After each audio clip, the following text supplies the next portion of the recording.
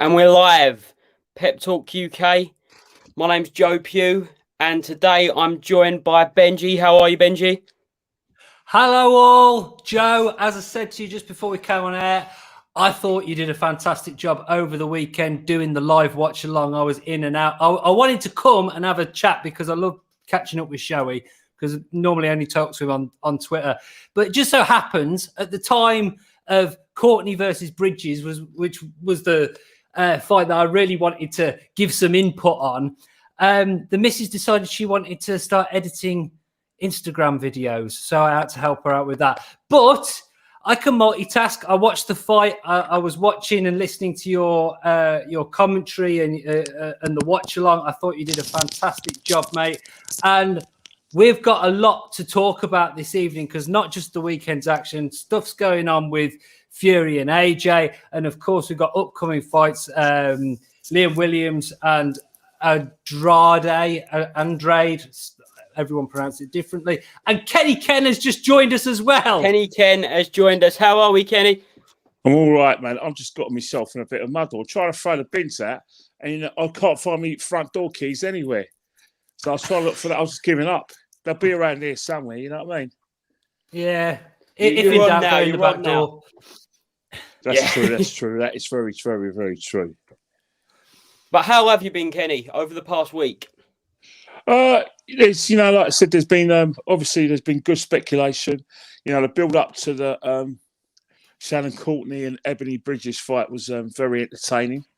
They were both were doing their bit to promote the fights. One was promoting themselves, the other one was trying to keep it real, stick to the boxing. But the fight lived up to their reputation. But Conor, Benn,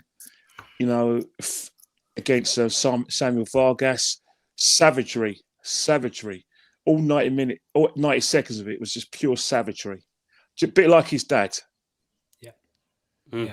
Definitely. Well, we've got a stacked show. There's so much to talk about today. So make sure you hit that subscribe button if you haven't already. We hit the big 17K at the weekend, which is absolutely fantastic. And as I say, we've got loads to talk about. And as Kenny mentioned, huge fight night at the weekend. Benji, what did you make of it? Well, I mean, Bridges and Courtney, the fans were chomping at the tip to get that one, and it was an interesting fight as it went. It was. I thought it was going to be a bit of a clown show. I really did. I even said I had a little bit of a chat with our friend Lady Chan before the fight started, and I said, "Oh yeah, I'm probably going to go on Pep Talk and do a bit of the watch along because I think it's going to be a clown show and everything." I ate my words.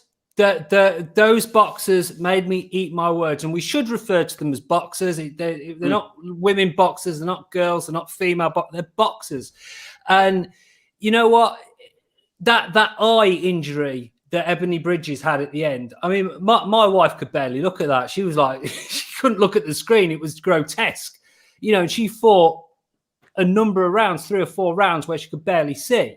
And coupled with the pain of that, not being able to see the punches coming, that's a warrior. That's an absolute warrior. And it doesn't matter what your gender is, to be able to fight through that is really quite incredible. I mean, the pace that the two boxers set early on, my initial thought was this isn't going to go past 6 rounds. This is probably ain't going to go past 5 rounds. How it went the distance at the pace and the shots that both were dishing out and taking, it really was fantastic to see. It was one of those fights where you just love to be proven wrong. And this is, a lot of people think that the boxing community, it's people that are desperate to be like, I told you that would end in 5 rounds. I told you he'd win on points. I told you this would happen. I told you that. I'm like the complete opposite of that. I want to be proven wrong. If I think a fight is going to be a clown show or boring and it ends up being the complete opposite like that was, I am so happy to be proven wrong. People are just too afraid to look an idiot. I'm happy to say on the build-up of that fight, I thought this is just cringe. This is just terrible. From what I've seen of both boxers, a little bit limited in skill, I feel. But come fight night, they upped their game, both of them, and they really did deliver. And I don't mind looking like a bit of an idiot for making silly predictions beforehand that were completely couldn't be further from the truth of what actually happened. Both boxers did the sport, not just women's boxing. They did the sport a great service with that fight, and I'd watch that fight again and again. I'd give us 3 fights, give us a rematch, give us a rubber match. I'll have it every day of the week. More of that. Anyway, someone else talk now. Yeah, it was certainly a brilliant fight. Kenny, what's your opinions on this? Well, the thing about it, right, is that I kind of knew what it was going to be. I thought during the fight, I thought that towards the end of the rounds, Bridges was trying to steal it with her right hand, and she caught Shannon Courtney flush. But in terms of like the head movement and like the jab as well, I thought Courtney over the 10 rounds probably did the better fundamentals in terms of the work. But Emily Bridges, what a warrior! In the 6th round, I thought she was going to go.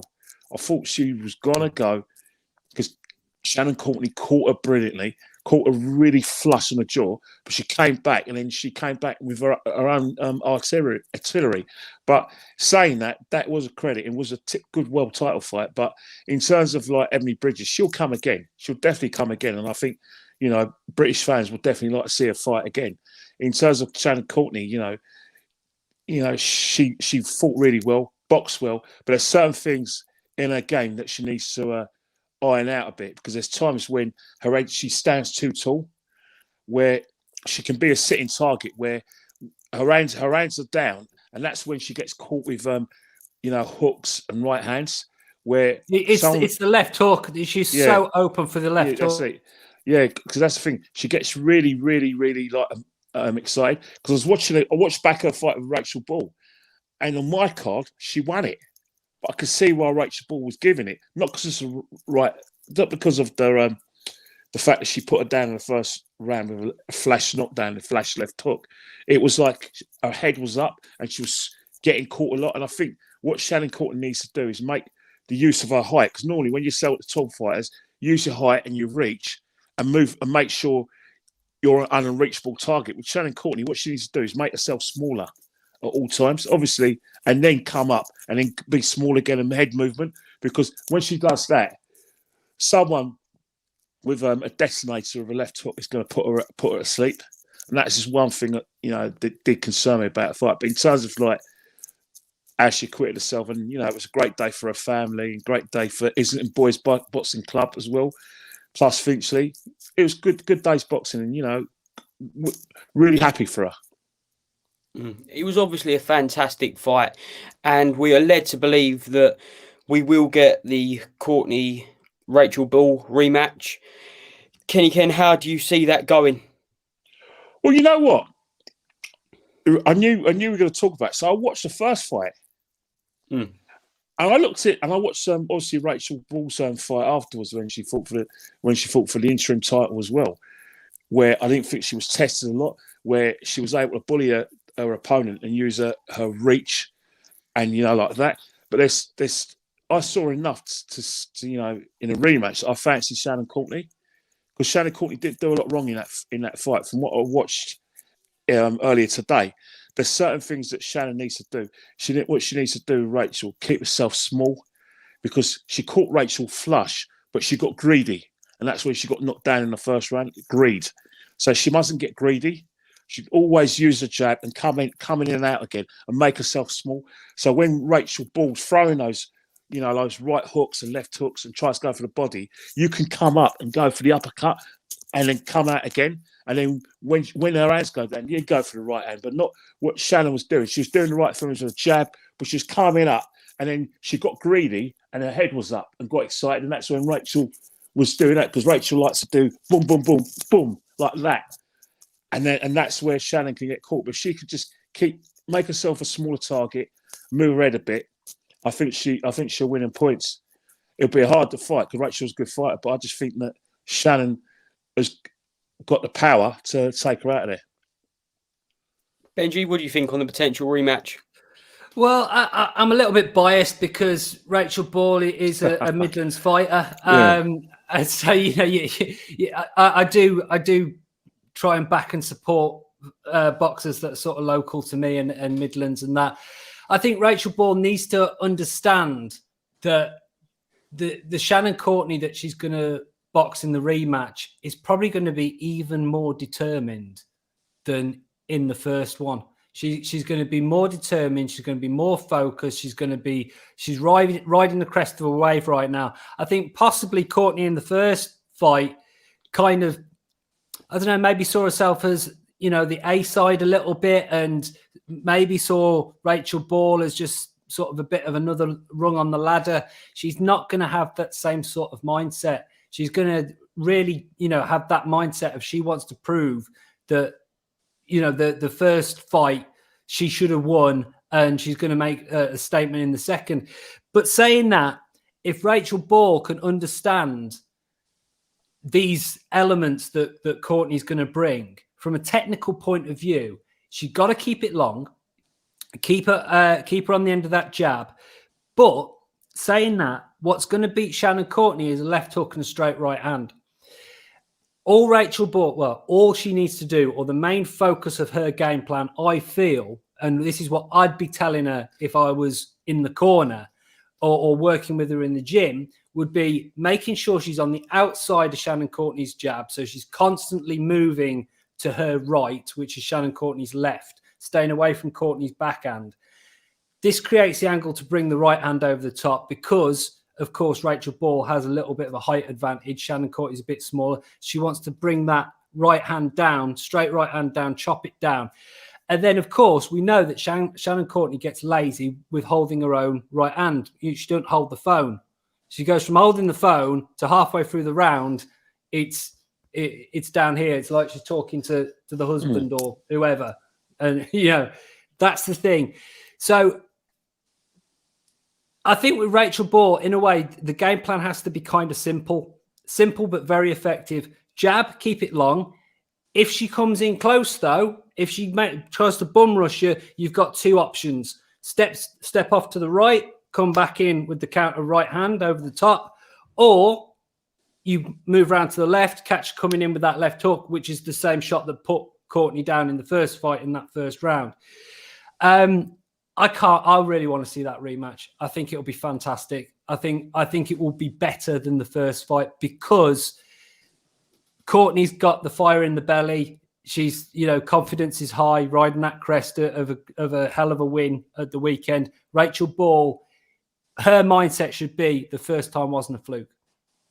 She should be going in there with the mindset of, I'm going to show last time wasn't a fluke. I was the deserved winner, and I'm going to do it even better this next time. It's a great match. I can't wait for it.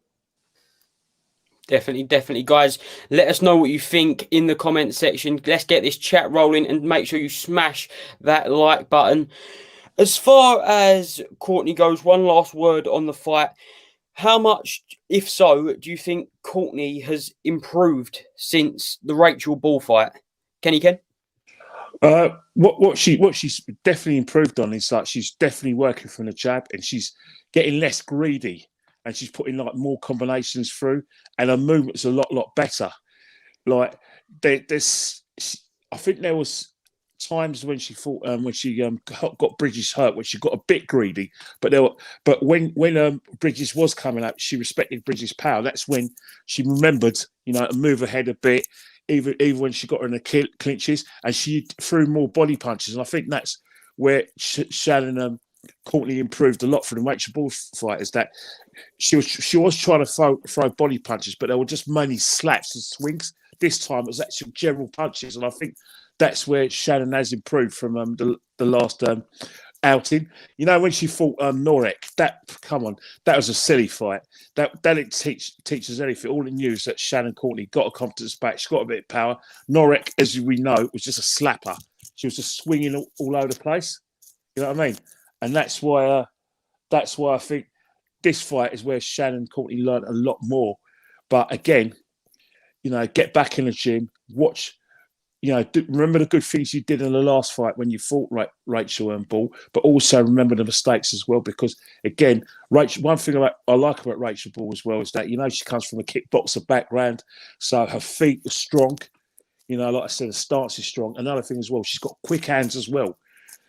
So that's where Rachel Ball's going to be able to sort of like I said, try and win the fight, with the quick jab and then the right hand and moving out. So that's where Shannon Courtney's got to look at. But remember, Shannon Courtney's got speed as well. She's quick feet as well, and she's got a quick head movement. Maybe she doesn't have Rachel Ball slightly has got quicker hands than her, but I think that if Shannon makes herself a smaller target, body, and like I said, throw the straight rights rather than like coming down like that, I think she's got a chance. But she has to punch a bit straighter this time, in order to discourage Rachel, because there's a lot of punches, especially in the last couple of fights, where she prefers this one like that. If you do like that, you know what happens when you're like that. Someone comes over like that, and that's where she's got to work on that. Straight punches, like I said, there's nothing better than a straight punch in boxing. Benji, anything to say about that? Yeah, I mean, Kenny's absolutely right. Straight shots, to be honest, are very underrated. If you can get an opponent to walk onto a straight shot, it's lights out. It really is. And Shannon Courtney got to be very careful of that against Rachel Ball, walking on the shots. So, I mean, Kenny's highlighted very well what he thinks Courtney's improved on, and I don't really dispute anything he said at all. What I will say, though, is during the Pep Talk live watch along, which everyone should watch whenever it's on, I was in the chat, and I think it was around round 3 or 4. I even put in a comment that said, Shannon Courtney is still getting hit by them left hooks, left, right, and centre. She hasn't learnt a damn thing. That was my exact comment. And I'm not going to roll back on that. I still think Shannon Courtney, they need to work on getting that right hand up and making sure she's not open to that left hook. And against Rachel Ball, she needs to work on her head movement a little bit more, because she's going to have to get in close. She's going to have to close the range and get past those long straight shots. Saying that as we're talking about what Shannon Courtney's improved on, I actually think the loss did her some good, because I think it brought her back down to earth a little bit. And if she was just thinking that she's going to plow through the women's division with an undefeated record and go on to be a world champion, and it's going to be all sunshine and rainbows, obviously that was taken away when she lost that fight. So I think that's actually brought her back down to earth, put the fire in the belly that you've got to, in a way, you've got to approach every fight like you're the champion, like you're the challenger, like you're the underdog, and that you've got something to prove. Because as soon as you start waltzing into the ring thinking that you're the man and you ain't got anything to prove, and your opponent's just there to roll over for you, you're in serious trouble. So I think taking that loss has reignited something in Shannon Courtney and really brought out the gritty side of her again, which I think's done the world of good for her. Brilliant. From one female great fight to another great female fighter, Savannah Marshall, dominant performance, got a stoppage. Kenny Ken, what did you think of the performance? I thought it was a very good performance. Everyone thinks, because it's a change of opponent and that, it's an easy day's work. But when you've spent a lot of time in the gym working for that particular opponent, to just adjust after a week is normally hard work. And there's always a surprise in there. I think you have to say that, Lindbergh, like I said, she seemed like she was just glad to be there, and not just for the payday, but just glad to be part of a world title fight. And I think it was very, very. It was like, how do I say it? It was like a training exercise for a Marshall, where it was a case of where she could just practice her skills. Practice using her range, using her long jab, and just measuring Lindbergh for the right hand. And I thought in that performance, it was very business-like. It was a very, very good performance. But I don't think Savannah Marshall, although she's talking up her opponent and really, and that goes for Peter Fury as well, I don't think she really learnt much in that kind of fight. I think the next, like title fight where she's going to get a bigger and better test. But one thing, word of advice I would give her, and I would say, forget Clarissa for its shields. Just try and win a few more, like I said, belts, and make sure you've got something financial to bring to the table. Because I think at the moment, financially, I don't think that Savannah Marshall is, let's just say, she's not as marketable as Shannon Courtney, and definitely not as marketable as Katie Taylor yet. And I think that's where you've got to build that fight. You know what I mean? I know people are saying, "Oh, that it's the fight everyone wants to see." I think that. So if I should Savannah Marshall, I'll go and win a few more belts, and then you could build it. Carissa Shields ain't going nowhere. She's going to have to fight her eventually, but build the fight up a bit more. Yeah, definitely, Benji. It was an interesting one. I mean, Savannah Marshall, look, she's obviously got a lot of power. She's obviously got a lot of skills and ring craft. The opponent, the late replacement, normally boxes at a lower weight class, I do believe. Looked a bit old, looked a bit stiff, looked a bit slow. That's not Savannah Marshall's fault. She can only box who's in front of her.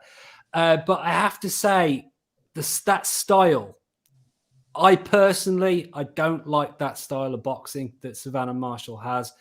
And I think it makes it even more difficult to market her. Like Kenny's just said, Shannon Courtney, Katie Taylor seem to be more marketable. Now, why is that? They've both had wars. Obviously, Katie Taylor with Pursoon, and Shannon Courtney just at the weekend. They've had a good, hard-fought contest where, it was a bit blood and guts, and that raises the profile. That being said as well, if you've got a style where you're taking shots, take two to give one out, and you're looking for knockouts and things like that, that puts bums on seats. It makes people turn the TV on. When you've got someone like Savannah Marshall, who's sort of got her hands lazily down, picking the shots, moving around. Okay, the name of the game is hit and not get hit. Absolutely. But Nazim Hamid had a similar style to that, but he could end a fight with one punch. And then he had all the showmanship and bollocks to go along with it, all the dancing around and backflips and this, that, and the other. If you haven't got the backflips, if you haven't got the one punch, if you're not knocking people out in 2 rounds, it's very hard to market that style of boxing. The other problem that I have with that style of boxing, it's fine doing that against the opponent that she had. Clarissa Shields is a much more pressure type fighter. Boxers with that style, I'm always very interested to see how they're going to get on with someone who's going to try and drag them down the trenches, stick their head on the chest, go to the body, rub the laces in the face, and do all this sort of thing. Because that style works great at range and keeping it long, which is fantastic. But you have to be able to box on the inside as well. And having your hands down like that can make that, it can be a bit of a trade-off. You can be very, very good long. You can be not so good up close and at close range. And against someone like Clarissa Shields, Savannah Marshall's going to have to show that she's really got it at close range. So it's a difficult one. I don't want to sound negative because, believe me, I told the wife, I said to the wife when we were watching that fight, I said, she would beat a hell of a lot of men. A hell of a lot, and she probably beats the snot out of a lot of blokes down at her gym. She has got power. She's got huge skills. I'm just talking about sort of personal taste on styles, And for me, it's one of those styles of boxing that I kind of find a little bit frustrating to watch, and I don't think I'm the only one, which is why it makes it sort of a little bit more difficult to market people like her. But yeah, I mean, I think you've hit the nail on the head a little bit with regards to Clarissa Shields, Kenny. You can't spend your whole career chasing after one fight or one thing. You've got to have a career. Don't waste your career chasing a fight that may never happen. You know, I think it will happen at some point. It's worth too much money, and you know, we know Eddie Hearn loves a bit of that, and I think there is demand for it. But yeah, that's my thoughts pretty much. I hope I don't sound too negative. It's just a preference thing. I'm not mad keen on that style of boxing, but I think Savannah Marshall is a hell of a talent. I really do. Definitely. Go on, Kenny. Sorry. No, I was just sort of adding on that because Benji really hit the nail on the head. She's only fought 9 times. 9 times. You know, she's had a long amateur career, but you know what you do in the amateurs is a lot different in the professional. She's beaten Carissa Shields in the amateurs in a world title fight. World title fight in the amateurs, but it's a different ball game. And I think that yes, she's had 9 fights, but I want her to learn her trade, win a few like titles, and then build a fight up. Because I think what's happened now, she fights Carissa Shields now in terms of experience in the pro game. Carissa Shields' experience will get her out of trouble because she'll know. Because again, you know, the little skills you're talking about. You know, like in terms of like sitting on top of her, putting the chest, doing little things. You know what I mean? Things that playing a referee, everything. It's all these sort of experience that she needs to learn. You know, she's going to go all the way, and who knows when that fight is still going to be relevant in 2 or 3 years' time. I don't see the rush. Get some. You've only fought 9 times. Build a portfolio, win your titles, and build it up. You know what I mean? And that's the thing. And then, Go on, Joe. Joe, tell us what you think. Well, I think that fight is a fight that needs to be made at some point, whether it's now or in the future. It's got to be made just because the history behind the fight, and ultimately it will be good for the sport. However, like you, I do have some issues with how much Savannah has been tested in the pro game, because she hasn't been tested on the inside. We don't know what her chin's like, really. So, but it's hard. It's hard to get the test because there isn't the biggest step. So do you just chuck her in with Carissa Shields, or do you take the small steps? I think it's a hard call. I really do. I really do. But guys, let us know what you think. We're going to be talking about the big AJ Fury news. But before that, we've got to talk about the man of the hour, Mr. Conor Benn. Fantastic first round stoppage over Samuel Vargas. Kenny Ken, what did you think? Savagery. It was absolute savagery. I never saw it. I think he treated him like he was like some sort of gatekeeper. I was telling everyone it's going to go to 9 rounds. It's going to be a war that, Conor's going to be taken to school. That never happened. He just came out the traps, got him hurt, and just thought, you know what? It was a bit like his dad, Nigel, where when Nigel gets you hurt, he gets really excited. But,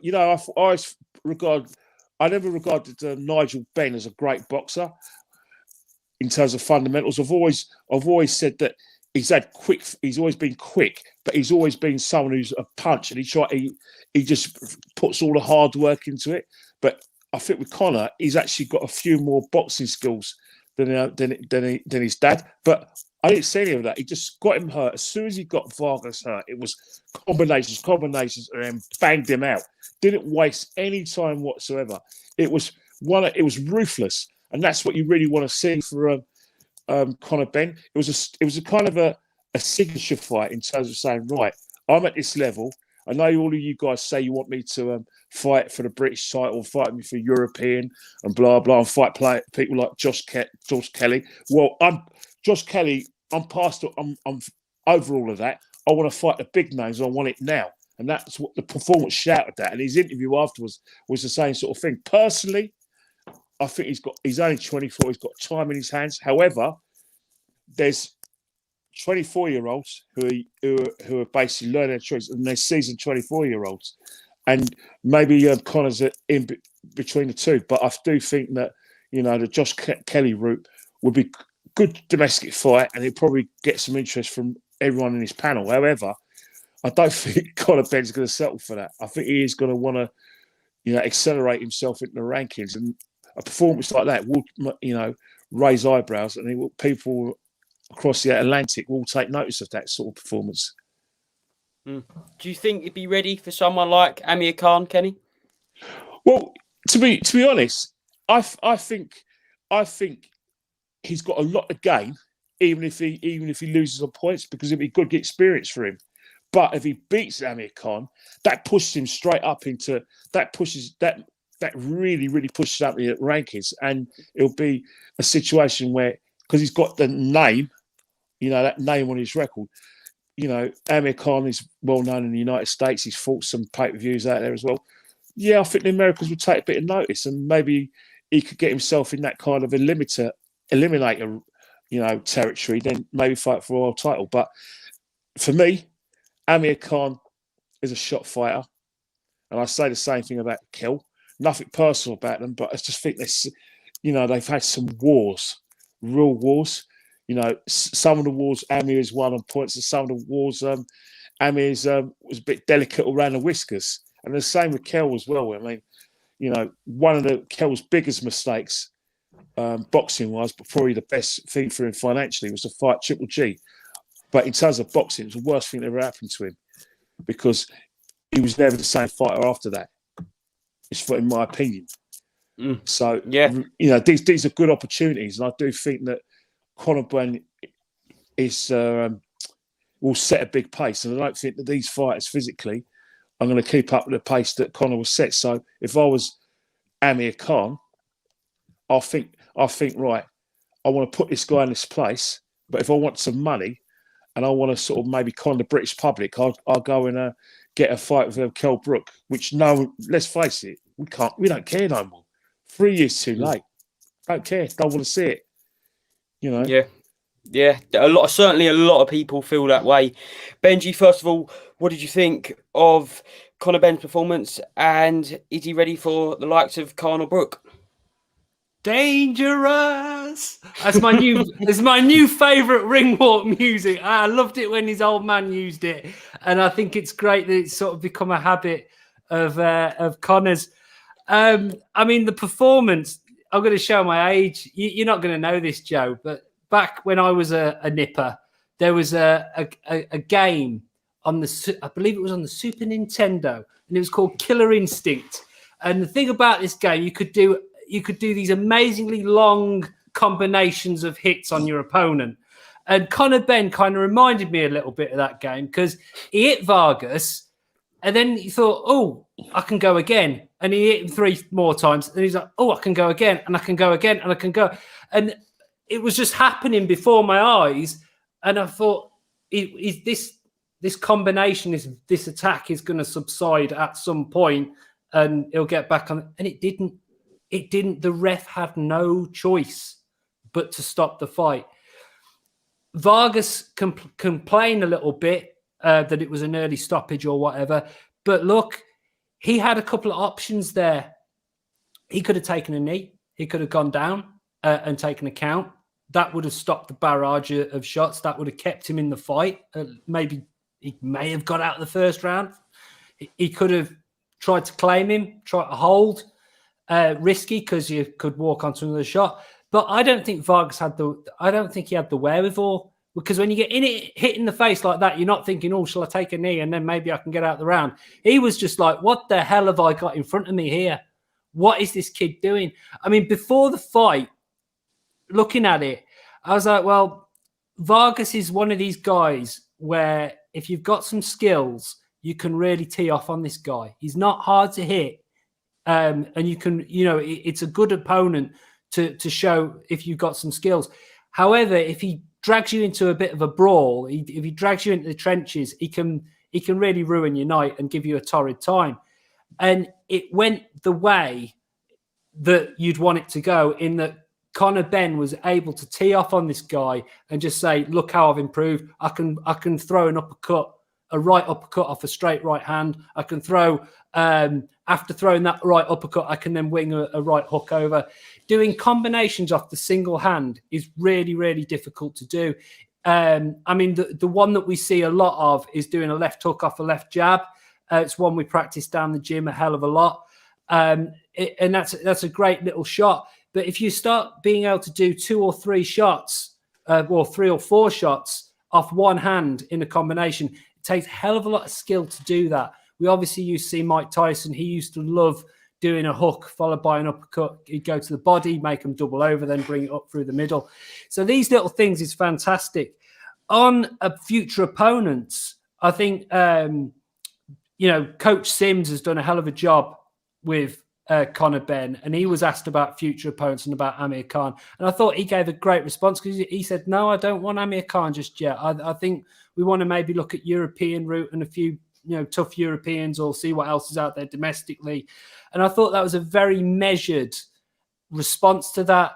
I find it funny that if you'd asked me a year ago, Josh Kelly, Conor Benn, I'd have gone, oh, Josh Kelly every day of the week. That is, he's just skill levels way above. But damn, I mean, after watching that at the weekend, Kelly versus Conor Benn is not, it's not that you don't wince and go, oh, it's too soon for Conor Benn, or don't fancy that for him. I think I'd fancy him to beat Josh Kelly now, or at least it would be a hell of a fight. Sorry, go on, Kenny, come in. You know what? I'm thinking about, because it was because remember Josh Kelly's fight with I'm trying to make and that's Avanesian, yeah, David Avanesian, Avanesian, the Russian, and I think I had Josh Kelly winning that pretty comfortably. Little did I know that Avanesian had a different game plan, and he actually took him out.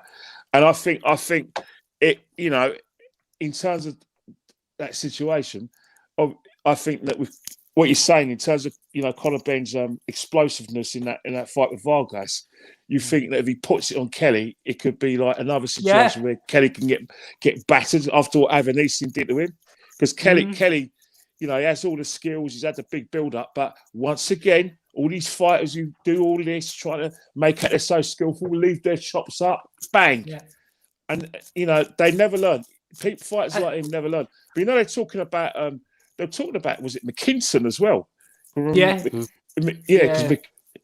of McKinson, his last fight as well. That's Congo as well. So it's all sort of people in the mix that they want fight, and obviously we also got Florian Marco as well. Well, you see, I was going to mention this. Well. Look. I mean, you just talking about the night of Josh Kelly and David Avanesian. Florian Marco was on the undercard of that, and he had a decent fight, a decent win. And he turned around to Conor Benn afterwards and said, me and you. And Conor Benn just sort of laughed it off and said, I got to. And I mean, at the time, you would have thought, oh, Conor Benn's being a bit arrogant these days. But, after that performance at the weekend, he bulldozer Marco. Yeah, you have to fancy it. And I just want to touch on the idea of Kell Brook and Amir Khan. Personally, I don't know. I mean, surely Amir Khan has not got anything left now. I think someone as young and hungry as Conor Benn, in a 10 or 12 round fight, surely he's going to land one on Amir Khan's chin and that's it. But the thing is, I can't see Amir Khan taking that fight. As I've always said about Amir Khan is always happy. He's happy to get knocked out by Canelo, because then he can still claim he's a top welterweight.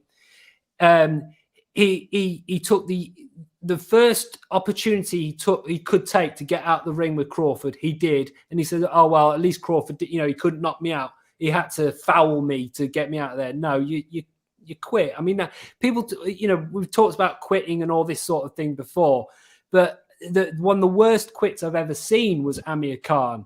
With Terence Crawford.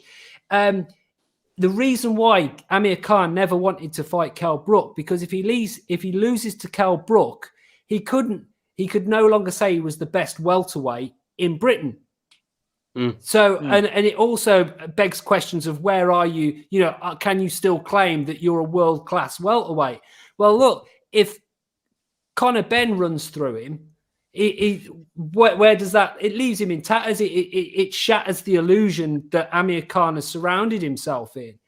And I mean, I think it would be poetic in a way, because I remember when Amir Khan fought Barrera And, you know, it disgusted me at the time. It disgusted me at the time that Amir Khan was going, oh, well, I beat Marco Antonio Barrera. You dragged him up into a weight class that he hardly ever boxed in. You know, he had a horrific cut and he was at the very end of his career. You know, and you're claiming that was some awesome victory at that, you know, behave, man.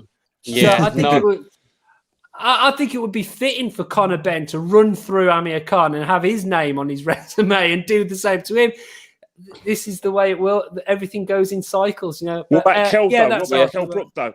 Well, Kell Brook, I think it's more likely that Kell Brook would take the fight because I personally feel that Kell Brook is the sort of person that is a little bit more take on all comers than Khan is. I mean, thing is, you then hit me with, oh, well, Khan took on Canelo. Well, yeah, no shit, because who wouldn't fight Canelo because of the money involved in it?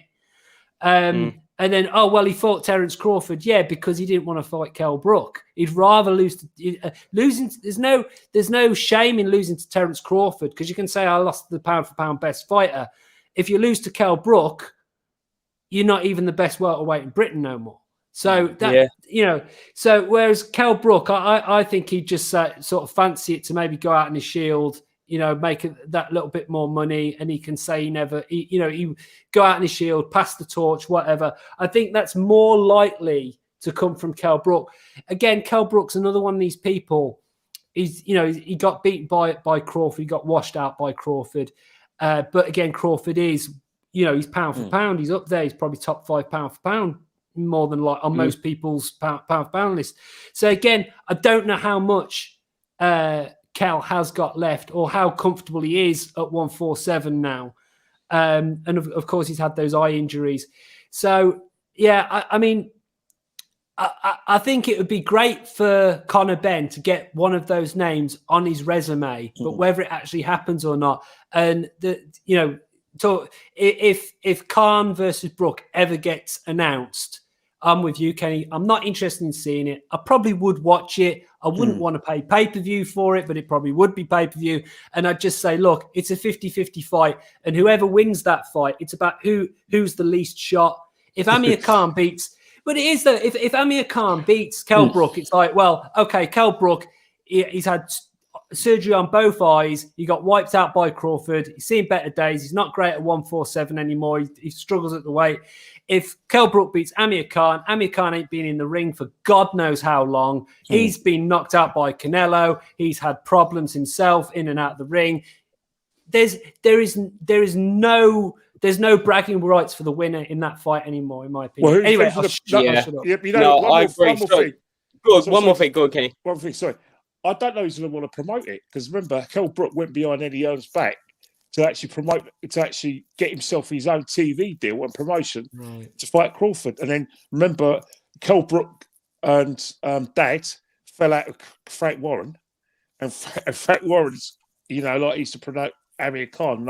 Amir Khan wanted to do it himself. So who's going to want? I don't see any British promoter wanting a piece of that. Well, I slightly disagree. But again, money talks. That's what I'm saying. Yeah, that's exactly what I was going to say. Money talks. Yeah. Well, big shout out to the signature $4.99 donation there in the super chat. He says Khan gains nothing via a Brook fight. Khan has one of the best CVs in British boxing. Khan and Brook is still a big day. Avanesian versus Benn. Hope you're well, Kay. Kay, are you well, first of all? And what do you think of Avanesian Benn? Last words on that. And then we'll go to the big news of the day, Fury AJ. Avanesian Benn, too early for Benn. Yeah? It's definitely going to be a hard fight. I agree with you there, Kenny. I think he could have one more before then because David Avanesian, as we saw in the Josh Kelly fight, seems to be a different breed at the minute. He certainly does. But now, let us know what you think, guys. Hit that like button. Let us know what you think in the chat. Big day today. Big day. AJ versus Fury. It started off late last night with Anthony Joshua, a very positive post on his social media. If anyone didn't see it, I'll quickly read out what he said. He said, "Positive news this evening. I'm lacing up my running boots right now. 258 Management and Matchroom Boxing have received their first official offer to host the undisputed heavyweight championship of the world. I will be victorious, God willing. No place to hide. I'm coming." And then we got the even bigger interview, Michelle Joy Phelps with Tyson Fury behind the gloves. 10 hours later, it was an absolute whirlwind. Benji, first of all, what did you make of the events over the past 12 hours?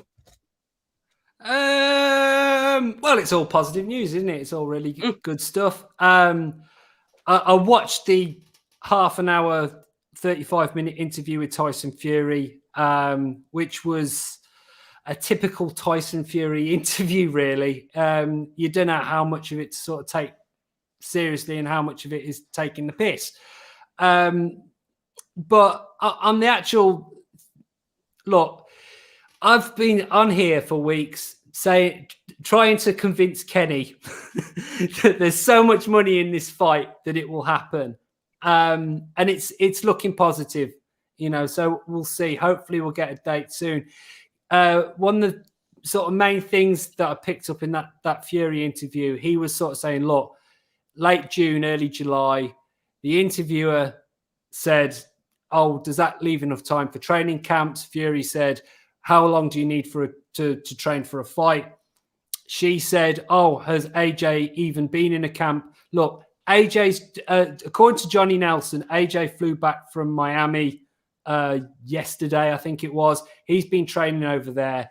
I forget the name of the gym now. Someone will tell me in the comments. Fury, we know. Just look at his face. He's in shape. He's been training. The boxers have been in camp for about 4 or 5 weeks at least for this already. They just haven't told you. They just haven't made it public. If you know there's even a 30% possibility of this fight coming, if you are in AJ or Fury's shoes, you are going to be in the gym. You are going to be training. You're going to be working on tactics already. You're not going to wait till a public announcement to say, all right, okay, we'll start the diet now. We'll start training now. That's just not how it works, So yeah. It's positive. Both boxers are in shape. And again, like another thing Michelle Joy Phelps said was like, do you not need to do a publicity tour? And this is another thing that me and Kenny slightly disagree on. This fight does not need that much advertising. As soon as you announce the date and where to watch it on TV, and if it's possible to watch it live, where it's going to be hosted, straight away people are clearing their diaries. People are inviting their mates over. People are sorting out the pizzas. People are sorting out the beers. Yeah. You don't necessarily need to we live in the age of social media. One tweet from Anthony Joshua, Eddie Hearn, Frank Warren, Tyson Fury, Top Rank. That's all you need is 5 entities to send out one tweet, and it's around the world. What more publicity do you need to do? TK. Sorry, Benji. TK says, why is Tyson giving an ultimatum again at this stage? For anyone who doesn't know, he gave an ultimatum of Tuesday, which is tomorrow. Yeah. Kenny Ken, do you think this is fair? Do you think that Fury's doing the right thing? Well, just one second, just before I want to just add one thing onto that for Kenny to answer, right? Why is it that Tyson Fury is always putting in ultimatums, and if this doesn't happen, why is Tyson Fury not breaking his bollocks to make the fight? You ought to understand with Tyson Fury as well about him giving ultimatums. And I say this with the greatest respect to Tyson Fury, and we've talked about it last week, we've talked about it before. You've got one fighter that can fill a stadium just like that on name only. And you got another fighter who has got a cult following, calls himself the people's champion rather than the corporate champion, which the other fighter is. But he can't fill a stadium. So, in order for him to get the interest he will make remarks like that in terms of, oh, there's an ultimatum. So everyone's like, come on, please, come and get it. Oh, we need to fight. And that gets the interest because he's saying maybe not. Because you've got to remember his antics in Germany, 6 years ago, where they were coming out with all sorts of nonsense about like the canvas is too spongy or we're going to walk away and blah, blah, all silliness and nonsense. He's got a signed contract. There's no way he's going to walk away from a signed contract and get himself in a German court. It wasn't going to happen. But it's all part of the game with Fury, you know what I mean? In order to, build a fight. One thing I will disagree with Benji a bit regarding that, he mentioned about the fight promotes itself. In England it does, and in Europe it does. But again, we've got to think about the US of A. Americans are the most insular people I've ever known. I mean, they're the only country that has a World Series of baseball where it's not actually a World Series. It's basically an American championship. They call it the World Series. Yeah, you know what I mean? Yeah. It's like calling the Premier League the World Cup. Yeah. It's like, and then they call it itself the LML, and they have a football, soccer. And they call it MLS, which is involving all the American teams, but they invite teams from Canada. So, which is funny. I still think that the fight, obviously there is interest. You've got Bob Aaron Mankel as well, but I still think that promotional tour, in order to get over the line and get them there, whatever the exorbitant amounts of money is, I still think the world tour will be brilliant. I think we'll lap it up. I mean, can you imagine it, Benji? If they came to like London, me and Joe would be down here. Manchester, yeah, definitely. Now, if they had it around Birmingham, maybe St Andrews, Villa Park, we know where Benji's going, don't we? In it, and all sorts of things. Guys, if they were to come to Birmingham, if you lot didn't come up and have a Nando's with me, I'd be most offended. I know. Yeah, I'll definitely be there, providing we're allowed. Well, definitely. But what I'm trying to say, right, is that yes, the fight sells itself, but there's extra publicity won't hurt. Come on. When Tyson Fury fought Deontay Wilder, they were on a like, Good Morning Britain with Piers Morgan, like, promoting themselves. And I think that, come on, can you imagine that? Can you imagine them? You remember when? All right, it's a bit before your time, Joe, but when Chris Eubank fought Nigel Benn, right? Before the fight, they were on a Jonathan Ross show. Obviously, it was pre-recorded, but it was Jonathan. I've seen it. An audience of Jonathan Ross. Now, come on, mate. Can you imagine Tyson Fury and AJ fighting? Everyone in Britain's talking about. We're boxing fanatics, but the casuals who put the money. Trust me, you can promote this fight like anything, especially this country. Actually, Kenny, the Jonathan Ross one, that was the rematch. Yeah, rematch. That's rematch. The first fight, they actually had the signing on midweek sports special. It was late night, and they had them both. And they signed the contract. Yeah, and they signed the contract live. If they could do that with, they should like one night have like the live contract signing with AJ and Fury, because it would be a great spectacle. And then maybe later in the week, go on Graham Norton, something like that. It would be brilliant. You think about it, right? Because you've got to remember, right? We know it's going to be on like extraterrestrial TV, but you want to get the terrestrials involved as well, because that, and you want it to be multi promoted. Another thing as well, you want a rivalry as well. You need, social media is not going to be enough. We want someone to say, AJ. You want one person in the audience, AJ, Fury, both of them. You know what I mean? Maybe they can throw things at each other, throw some but Kenny, up. Yeah, we've had it. We've already had it for a year or two now. We've already had them. No date. No date. Well, once we get a date.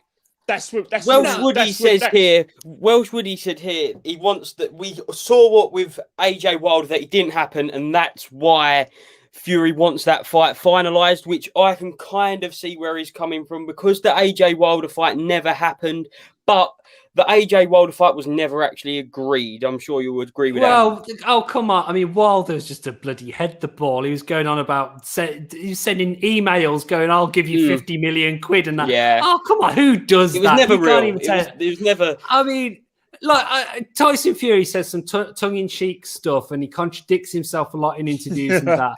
But at least he's like in that interview again. He was asked about legal problems, and that he was saying, "Oh, could there be a legal objection to you taking this fight?" And he said, honest, and I believe he was being honest. He said, "I don't know, but I pay lawyers a hell of a lot of money to sort this shit out for me, so I don't have to worry about it."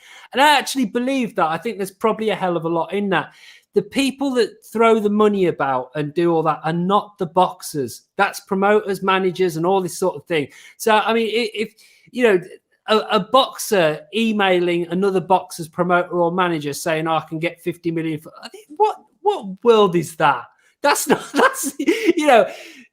not how boxing or big business works in the year 2020 or 21. You know, that was just nonsense. This is not the same situation as AJ Wilder was. I think there's I mean, again, you can argue all day long about who wanted the fight, who didn't. I've said on this channel before, I completely firmly believe that both fighters want this fight. I believe that Fury is not afraid of AJ at all. I believe that AJ is not afraid of Fury. However, I stand by the question that I had before in the comments that I've made before. I just find it very strange that Tyson Fury seems to be more of a roadblock to this fight rather than someone trying to get it over the line. But we know why, though. We know why. Games. Royston Tilt isn't convinced. Kenny, are you convinced? What about the fight actually happening? And when will it happen? Well, the thing is, I've always been a doubting Thomas, because simple reasons. I'm not hearing anything from Frank Warren. I'm not hearing anything from Bob Arum. I'm only hearing it from Eddie Hearn. It seems like only one person is working his nuts off for this to happen. Clearly, either Eddie Hearn's doing it because Anthony Joshua is telling him to do it, or Eddie Hearn's trying to impress his contract. Well, he wants the money. I mean, how much money is Eddie Hearn going to get out of this? He wants the money. He wants the money. But obviously, what's happened, right, is it's a good discussion point for Sky, because I'm sure Sky have no intention of sharing any rights with BT. They want it for themselves. So obviously, they're the guy that they pay to put shows on for them. They're going to say, "Come on, Eddie, get to work. Let us be the ones who's first." And I think that is our situation. But as I said before, loads of big fights have not happened that we wanted. Lewis never fought Riddick Bowe. You know what I mean? But again, circumstances, Kenny. Yes, all these, there's a lot of circumstances. There's a lot of circumstances that are different because again, Riddick Bowe did not want that fight. He really did not want to go anywhere near Lewis. All right. Joe Sasaki retired in when he was 38 in 2010. Carl Froch won a world title in 2008 when he beat John Pascal in the Nottingham Ice Rink. I went there with my wife. Yeah, there was more than enough time for, like Carl Froch was, like I said, a new champion, a hungry man. He was only 31. Joe Kazagi still going strong. That didn't happen, did it? Carl Froch wanted it to happen. Well, Carl Froch really wanted that fight. Joe Calzaghe, I don't think Joe Calzaghe was afraid of Carl Froch. I don't think he was. I really don't. But at the same time, I think Calzaghe was in a place where he was like, do I really want to carry on boxing? I've beaten Roy Jones. I've beaten Bernard Hopkins. Can I get motivated for Carl Froch? I think the problem at the time, because Carl Froch was still coming through, he wasn't at his peak yet. I think Calzaghe just didn't really put him on the level of Roy Jones or Bernard Hopkins or one of these guys, and he just couldn't get himself up for the fight. He was like, well, I've won all these titles, I'm undefeated. What's Carl Froch going to give me that I haven't already got from Hopkins or Jones or anything like that? So it's circumstances, So it's another case of Froch and Calzaghe. Both fighters didn't want it. One fighter, Froch, did want it. Calzaghe didn't want it, not because he was afraid. He just wasn't up for it. You've got it. No offense to you, Kenny, at all. I don't want to fall out with you at all, mate. All I'm saying is you've got to find a fight where both boxers really wanted to fight each other and that didn't happen. And that's much more difficult to do. Obviously, it's very difficult thing to do. But the thing is that there's loads of reasons we got her, because we've got loads of things in contention. Because you know, they said they've got a site. Everyone keeps on talking to Eddie Hearn about Wembley, the Euros, and we're talking about a date, the 24th of July. I think that's too early in terms of transition between UEFA owning Wembley, having control of Wembley because of Euro 2020, and then the transition to the Froch. It can be done, because remember, 2014, the FA Cup final, Arsenal Hull. 2 weeks later, we had Froch versus Groves 2. So it can happen. Look. I mean, from my own experience and as working in events, and more importantly, my brother, who his job literally, he flies to different countries. He works for Formula E, which is like F1 racing but with electric cars. And my brother's job is he goes and he builds the stage and puts on all the entertainment, does all the sound, the visuals, the lighting up, everything like that. And he goes out for a week, sets it all up, breaks it all down. Turning venues round is a mammoth task, but it is very, very doable in this day and age. Setting up these elaborate stages and things and taking them down, it does seem like you're building the Roman Colosseum, one day and taking it down 2 days later or whatever. I don't think that's as big a stumbling block. I mean, I completely understand why you say it, Kenny. I don't think you're wrong. But I think it's more an obstacle that it's not an unsolvable problem. It is a solvable problem. What crowd are we talking about? What crowd? Because, obviously, we're talking that 21st of June. That's where we're in a situation where they say 70% of people, 78% of people have been vaccinated, or maybe a bit lower than 70%. But we're ready for 74%. We're at this sort of herd community territory now, because of the fact that because of the amount of people being vaccinated and the cases are coming really down in terms. So we're up there with United States and other countries. Again, this fight, 24th of July, can we get 100,000 people in Wembley? Well, I mean, the interesting thing would be, there's two ways of going about it, isn't there? I mean, first of all, if you had a limited crowd, the tickets would be just ridiculous price to be able to say that you were one of the very few people to be in the venue to see this fight when it happened. It's something you tell your grandkids about. So there's that option. But also the thing with vaccinations and things like that, I mean, maybe there'll be I'm pulling things out my arse here. Maybe there'll be a situation where if you can prove that you were vaccinated, had 1 or 2 shots or whatever, there's no reason to not let you in the venue, or maybe there can be something like that done. Who knows? We'll quickly just go through a few of the comments in the chat just to answer them. 7 Reload says Fury is not afraid to fight. He's afraid of losing to his British rival. Benji, what do you make of that one? Possibly. I mean, that's what I used to say about Amir Khan. That's no different. But I don't know. I don't see that necessarily in Fury. I don't see that, because the other thing is as well, there's a good chance this is 2 fights. They're not. Again, this was in the Tyson Fury interview. He's seeing this as a 2-fight deal. So I think if you lose the first one, I think there's an argument here that the boxers should look at this almost like one of them Champions League games, where it's going to be done on aggregate, not on one game. No. Kenny, Matthew De Souza says, I can see the fight collapsing because the proposal is for the fight to be on Sky and DAZN, and then AJ is claiming Team Fury blew the chance. What do you think about that, Kenny? Well, yeah, definitely. Because again, in terms of any big fight, it's TV that at the end of the day are the ones who have basically put the icing in the cake. And I still feel a situation where, Top Rank, BT Sport, which one of them, and you've got Sky and DAZN, which one of them is going to step aside? Are we going to have a situation where it can be both be on pay-per-view? All right, I'll ask you guys. You're boxing fans, and hypothetically, you're not going to get Willy Wonka's golden ticket, all right?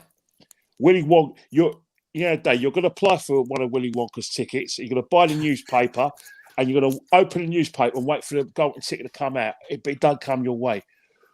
Who would you want it to be on one channel or two channels? Because Dave, are we going to have multiple choice?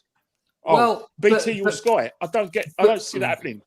But could part of the deal be, because we've talked about this before, we're dealing with multiple entities.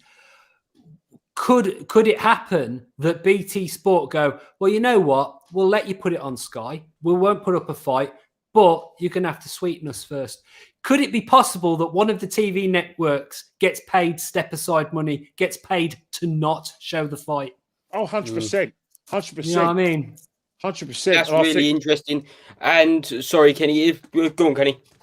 No, what I'm trying to say is that is an interesting situation. I just remember, if my memory serves me right, Tyson Fury is promoted by Hennessy Promotions, Nick Hennessy, and Nick Hennessy had a deal with I think it was ITV, and then Eddie Hearn had no promotion deals with Tyson Fury at all, but they went for the sort of the TV bid. Guess who won the TV bid? Sky Sports, and he went on pay-per-view. Eddie Hearn becomes the promoter when it's Nick Hennessy has Tyson Fury as his fighter. And you had Burn, Burn, I forgot his surname, who works for the Klitschko's. Burn Fonte in it. But Fonte, nothing to do with Eddie Hearn. And that's what I think. I do think that realistically, we are talking about a TV, people going towards the boards and putting in a TV package and made the best TV station win. Well, yeah, but again, it's all negotiation. I mean, thing is, BT Sport or Sky Sports, none of these channels actually care if they show the fight or not. If they don't show the fight but still get greased with a whole load of money, do they care? Probably not really. You see what I'm saying? I think Sky would care. I think Sky would care. Oh, fair point. Sport. I think because I think if you look at and I say this with the greatest respect, and it may sound disrespectful, but I'm going to say it anyway. As long as AJ keeps winning, Johnny Nelson as a job. So does Anna Warhouse, so does Carl Frott, so does Channy Bellew, so does Adam Smith as something to show. Now that is very cruel and basic. That's a fact. A fact. Anthony Joshua keeps winning, they're in a job. Anthony Joshua is their poster boy for the pay-per-view. He is their poster boy. Dillian White is probably like the junior partner and probably like, how do I say it, the sister with the nice personality. But Anthony Joshua is the princess with a glass slipper. Now, am I out of order for saying that? Well, I think it's a bit harsh, but again, look, I mean, Frank Warren got himself into a bit of a situation because he obviously had Ricky Hatton, he had Joe Calzaghe, who were massive draws. And when both of those guys retired, Frank Warren and Queensbury, I believe that they went in some dark times after those two boxers finished, really. And I think Eddie Hearn, is aware of this, and this is why he's trying to bring through people like Conor Benn. This is why you see people like Campbell Hatton doing their first contest on a pay-per-view card, which they shouldn't be on, really. They know that it's only a matter of time before AJ retires at some point. He's gonna retire at some point, so you have to be bringing through new talent for people to watch to keep them engaged. Yeah, no, definitely. Another great comment here from Matthew De Souza. You could get 200k at Wembley and they still wouldn't have it here. Saudi offering way more with the site fee. Apparently, there's a lot of big countries coming in with a lot of site fees. And how much do you think that could play a part in the fight actually happening, Kenny? Oh, the site fee has everything to do with it, especially in Saudi Arabia. It's an untouched country. Remember, they were very successful with previous big fights as well. It is the place to be. It is the place to be. and they can actually afford to hold the event, and they can give the fighters financially what they want. They are British fighters, but they're businessmen as well. Obviously, all intents and purposes, Wembley's the place to be. It's Joshua's place, it's Sky's place, Eddie Hearn's place as well. But again, because of the fact that both fighters, are asking for big money, and it's the biggest fight ever, unfortunately, because of coronavirus and because of the maybe the British economy being affected by that, it has to go out. It has to go to Saudi Arabia, which obviously all around the world has been touched by coronavirus. But in other things, it's bringing a lot more to the table to the fighters than I think Britain and Wembley would. It's just about the money. It's just about the Benjamins. It's all about the money. That's it. If Saudi Arabia put up the biggest bid and can grease the wheels, they get the fight. We've got another comment here from James Malkin. Fury KOs AJ in 4 rounds and ruins Eddie Hearn's life. That is probably a big statement, but as you did make reference to, Eddie Hearn, Sky, AJ is a huge cash cow and figurehead for both companies. Benji?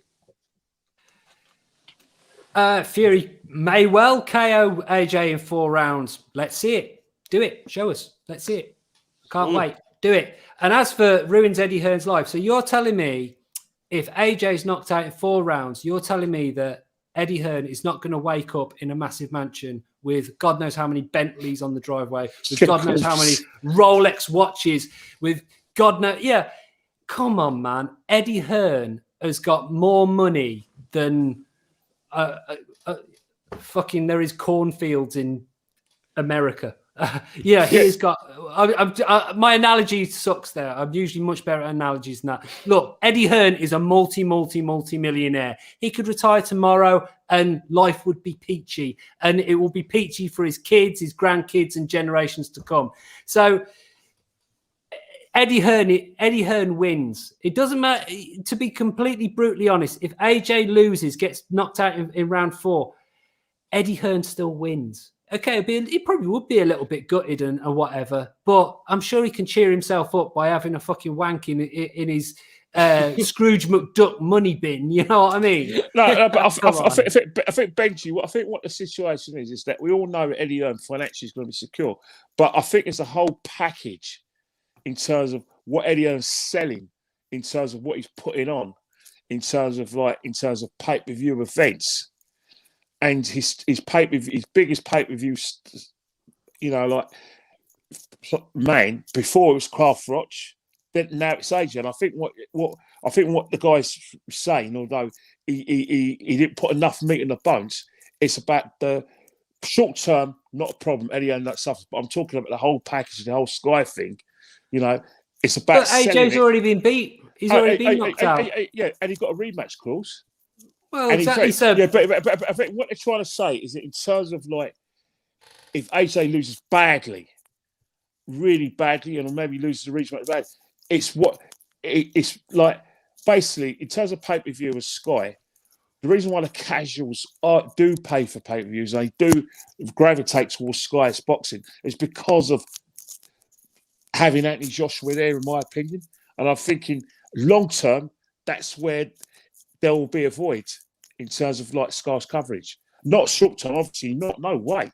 AJ's going to retire. He's a limited company. He's probably worth about £100 million, so he'll be fine. But I'm talking about future in terms of trying to sell Sky events, future events. Well, without AJ on the bill. That's what I'm saying. Yes, I mean, do you? If AJ was to lose to Fury, and let's really push the boat out here. Let's say Fury beats AJ twice. Do you think AJ retires? Well, personally, I think he shouldn't. Good question, Benji. Yeah, but how many fights has AJ had? AJ would have had about 32 fights by then. Carl Froch only had about 30 fights. It's a hard business, isn't it? Training camps, 30. He's going to be, by the time he fights Fury, he's going to be 32, coming up to his 33rd birthday. Has he anything else to prove? In contrast, KB says Fury is scared. I can see his attitude is so different when he fought Wilder. I believe he's scared of AJ. So we've talked about what happens if AJ loses, but first of all, is Fury acting differently? And what happens if he loses? Kenny? Well, if Fury loses, he walks away. I stand by everything I said. I think Tyson Fury loves the sport, but he doesn't love this thing. He doesn't love doing interviews with Michelle Joy Phelps. He doesn't like going on GBTV.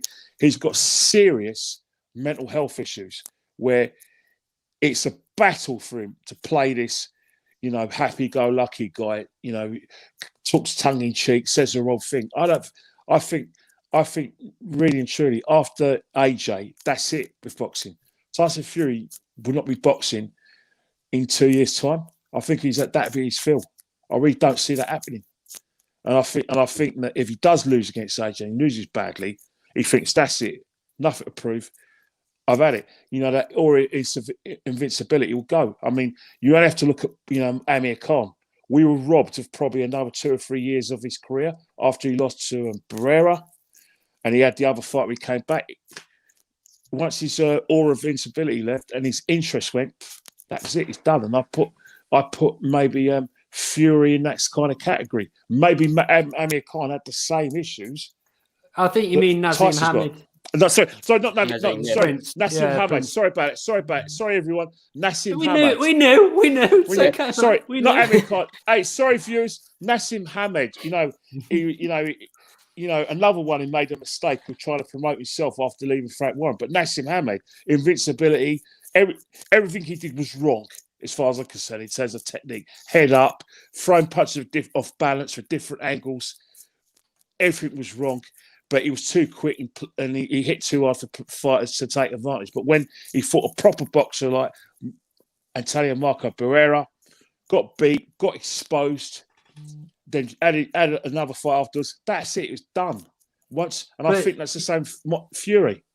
If anyone has not seen it, The Little Prince, The Big Fight. Joe, have you seen this documentary, Little Prince, The Big Fight? I don't think I have. I have. I believe it is on YouTube. The Little Prince, The Big Fight. It's Nazim Hamid. It's behind the scenes of the build-up. The documentary kind of starts with him in Big Bear at his training camp with his family. Yeah. Sparring partners come in. Manny Stewart comes in to oversee the sparring. Problems happen there. Chris Eubank turns up to talk all the box.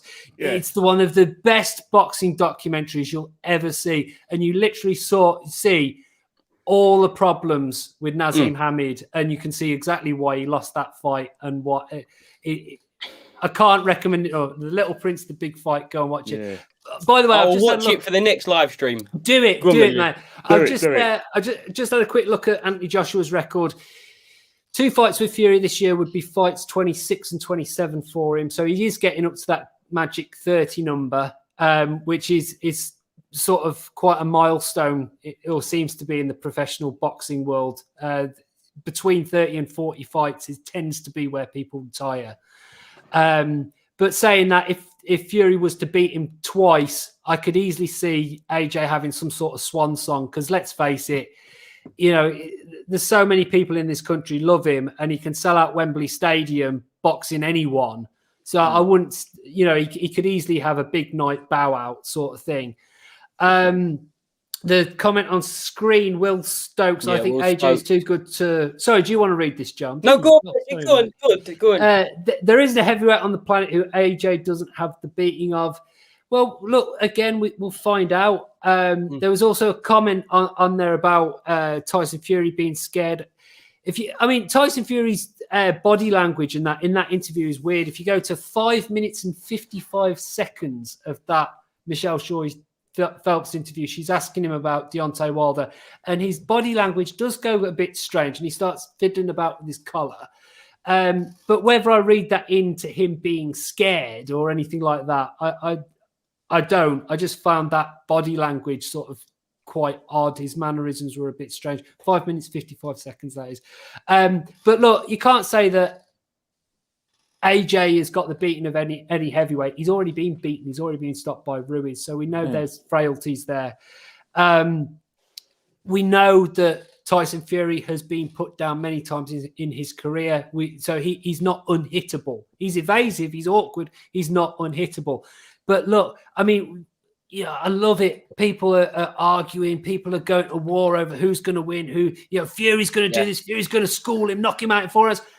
Great, let's see it. Let's show us. Come on, Benji. JCA game, good. A tour. Yeah.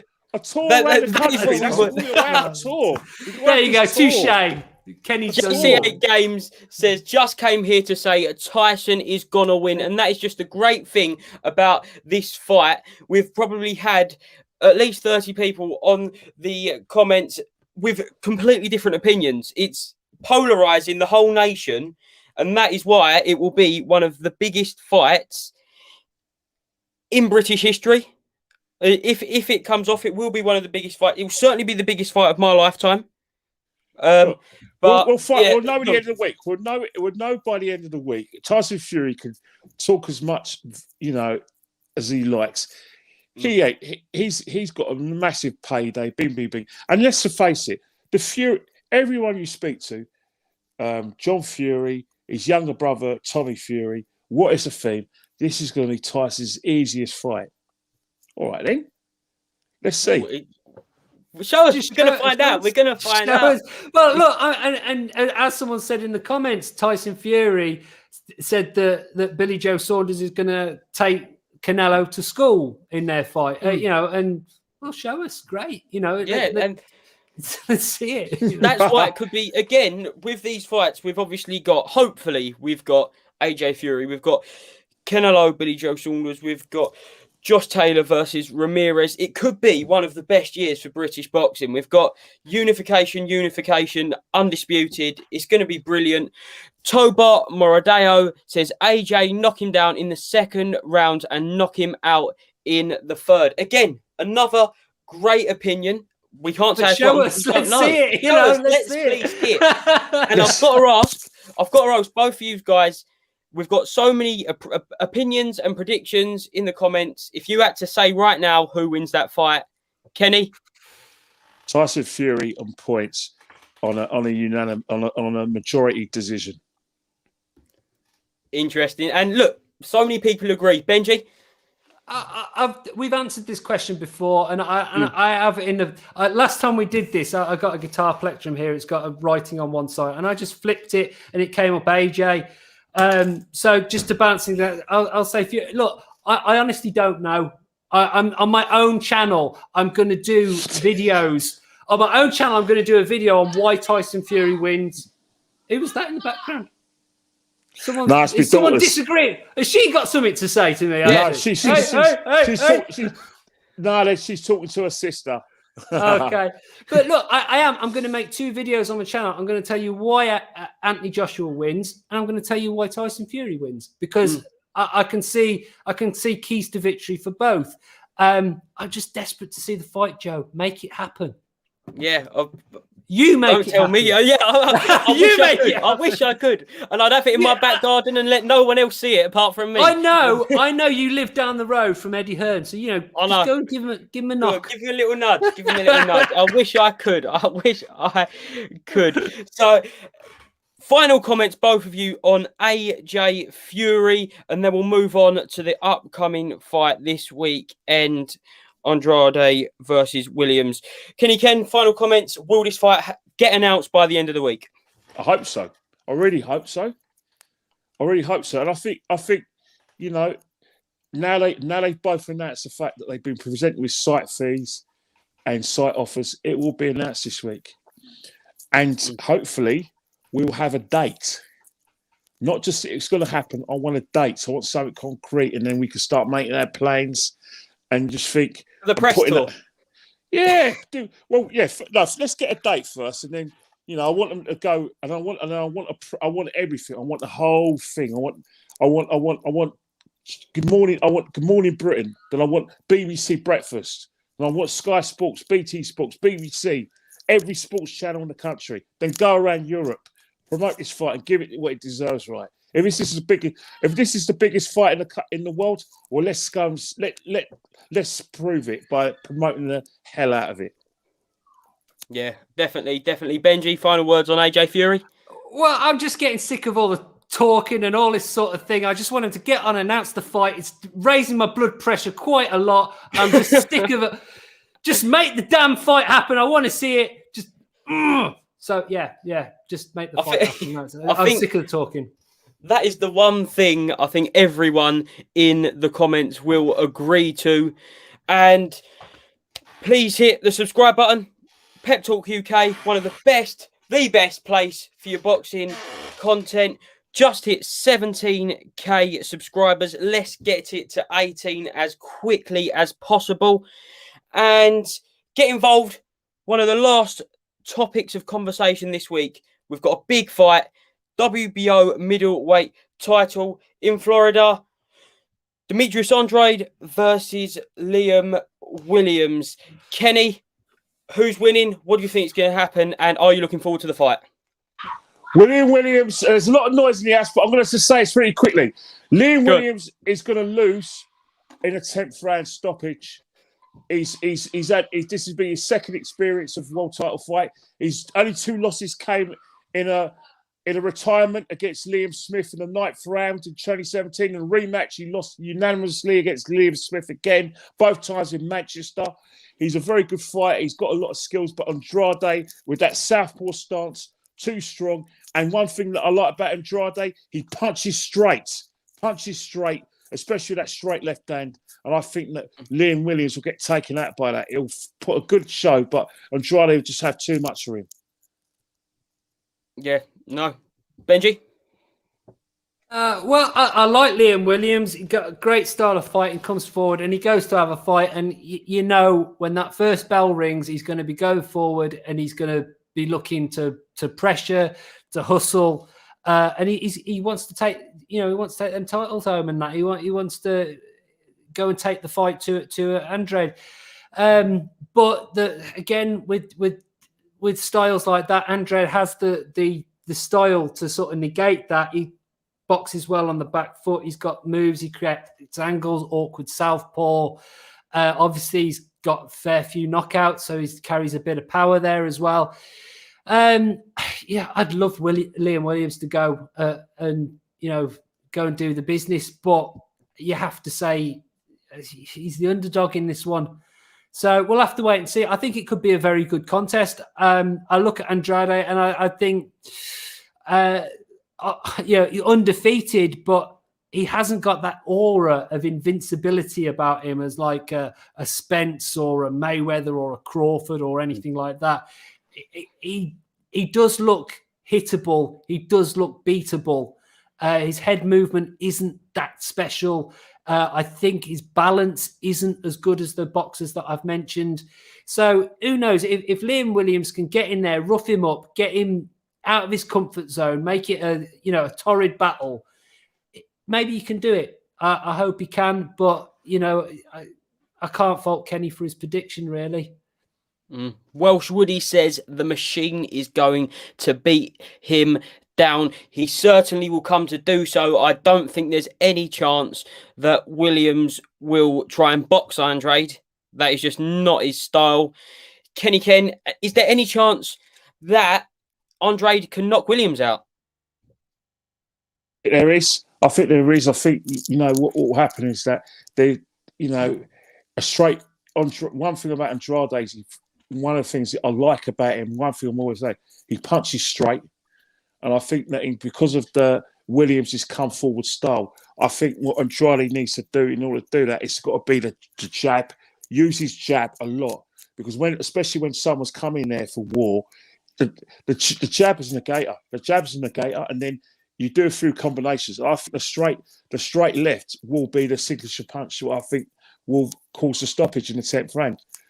But one thing Williams has got to do, if you are going to come forward, make sure you've got your head movement and you build your attacks. And it doesn't have to be, try to take him out. Remember, one thing people always negate: a jab and a body shot. Everyone wants to knock someone out. Use the skills you're going to do it. you are allowed to punch from up here up to there. You don't have to always punch around here. Use your body. If you're gonna slow down Andrade, then go for his body. Go for his body and do a few combos as well, and use your jab. But I still think that Andrade, the right jab, is the southpaw stance is going to cause a lot of problems for Liam Williams. No, it's certainly a fight. I think even if Williams comes out of it looking good, even in a losing effort, I think it could definitely boost him because he's looked fantastic since he's been an Ingle fighter. Benji, how much has he improved over the past couple of years? Well, they have managed to put a bit more to his game. He's not just the come forward brawler. They've got him. It's like Ricky Hatton used to say, and what they used to do with Ricky Hatton, they wanted educated pressure. They don't want you just steaming in there with no method to the madness. You've got, being an aggressive and an offensive fighter, you've got to have a plan of why, of how you're going to get in there. Head movement obviously is key. The other thing with the Ingles, I mean, they know all about awkward boxing styles and how to deal with them. I mean, normally with a southpaw, the sort of the go-to thing is you want to have a good left hook and a good straight right hand, and that's true. That's absolutely true. But that's you're not going to beat every single southpaw just with that with that little mechanism, if you like, because southpaws know that's what you're going to look to do. Any half decent southpaw, or anyone that trains a southpaw, is going to say straight off the bat, your opponent, if they're fighting orthodox, is going to be looking to hit you with a left hook and a straight right hand. So you've got to be a bit more nuanced than that. I think Kenny's hit the nail on the head. He's got to go to the body, getting close. It must have good head movement, because one of those straight shots, as we talked before, if he walks onto a straight backhand, which is the left hand in Andrade's case, if he walks onto that, it's going to really fucking if not stop the fight. So he's got to have good head movement, and he's got to be looking to avoid that shot. Once he gets on the inside, he has to work that body and hurt him to the body. Because if you've got a mobile fighter that boxes well on the back foot, you need to slow him down. You need to take the wind out of his sails. So break him down, get your head on his chest, go to the body, rough him up, get the head involved, make the ref tell you, make the ref warn you, make the ref break you, make the ref work. I'm not saying blatantly foul and cheat, because you can't win a fight if you're disqualified, but I'm just saying there's certain roughhouse tactics that all the pros know that he's going to need. Any advantage, you're already away from home. You've got to bring the advantage back somehow. And if you can do that with a clash of heads, if you can do that, with being a bit naughty, you're in a fight at the end of the day. Ricky Hatton used to say, a tickling contest, it's a damn fight. Williams has to make it a fight. Oh, I'm laughing, right? You're talking about the clash of heads. And that is exactly what happened in the first fight with Liam Smith in Manchester, when it got stopped to the ninth round, where Liam Smith was cut, and then Liam Smith, it was a clash of heads. And what's happened is that Williams' cut went straight, right on the top of the eye, straight, and it actually pierced the eyelid. And that's why they stopped his fight. So you talk like clash of heads. Well, he came off worse when there was in the first fight of Liam Smith, isn't it? No, definitely. Welsh Woody is also saying Liam will be brash and rough inside. Andrade will look to move and poke and disrupt him on the outside. Liam will get close and hurt him. I could certainly see it happening. Don't get me wrong, I still make Andrade a huge favourite, or not a huge favourite, but I feel like it's important for Liam Williams not to get too emotionally involved, because we've seen him, he's a very emotional character. Do you think that could play a part in the fight as it progresses, Benji? Absolutely. I think he needs to make a good start, and he needs to get Andrade's respect early. I think that's very important. If 5 or 6 rounds go by and he hasn't put a dent in this guy, I've seen it so many times when you sit watching the boxing and you just say, fighter A is in control. If fighter B doesn't hurt him within the next round or so, it's just game over. He's just going to cruise to victory. And okay, we're off the subject of Fury and AJ, but that could be an example of how that plays out. If Fury boxes AJ for 5 or 6 rounds and AJ can't stick something meaningful on him, Fury could well cruise to a victory. So we've sat before, isn't it? Well, this is it. So I think Liam Williams needs to get this guy's respect really as soon as possible, probably in the first 3 rounds. Either hit him on the chin and wobble him, or, really damage his ribs, or give him something to think about. Because if he can't dent this guy within, if 5, 6 rounds go by and he's not significantly dented him, it could be game over. You know what I mean? It could just be Callum Smith. Remember Callum Smith and Canelo? Callum Smith, absolutely. I think we all watched the fight. The rounds went by, and I was thinking, hang on here, mate, you're running out of rounds here, mate. We've gone 6 rounds up. You've done nothing. You haven't even dented him, and I said, Canelo's defense is perfect. He's winning the rounds. He's beating you to the punches. He's quicker than you. He looks slow in there, and I think that's what a lot of fighters do. When you do fight the fighters, you can't let people think that you've got 12 rounds to get yourself. The last thing. Remember, if we can go back maybe 7 years ago with Chris Eubank Jr. and Billy Joe Saunders. Chris Eubank Jr. It's a great example. It's a great good example. First 5 or 6 rounds. I was there with a wife.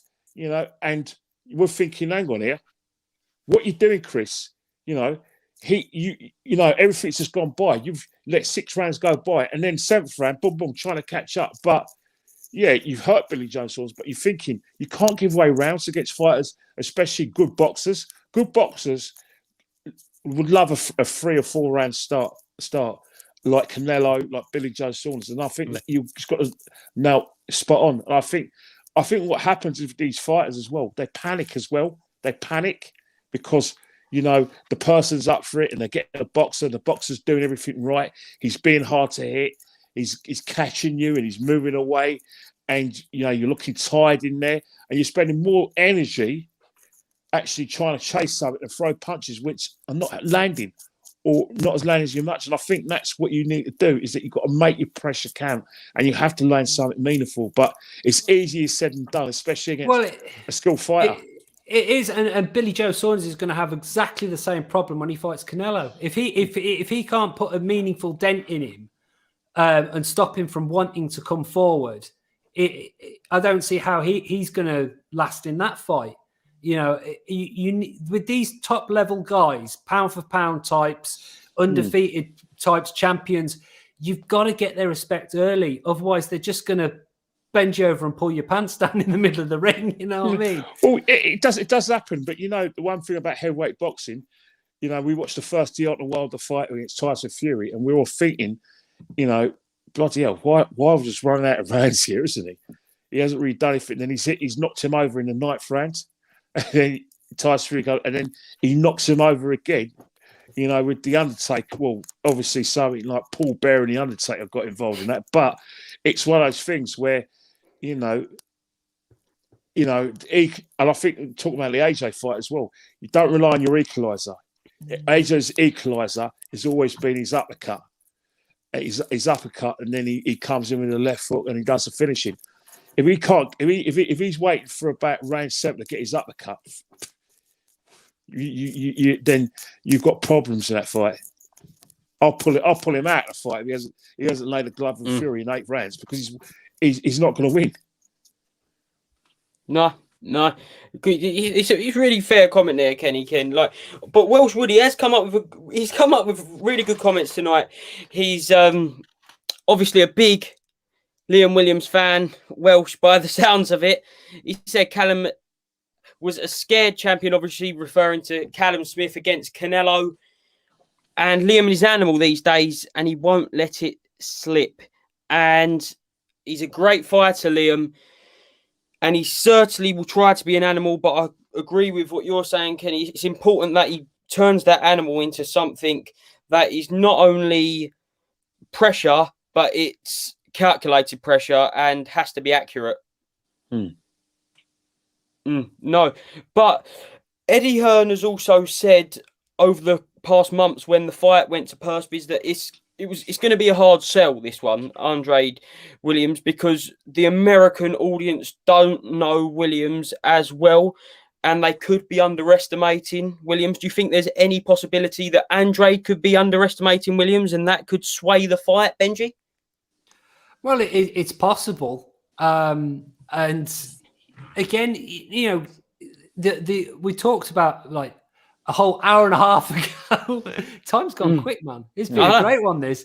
But we talked, with Shannon Courtney and having that hunger, having that underdog mentality, and using that to an advantage. So Liam Williams, he needs to go over there with that underdog mentality, with something to prove.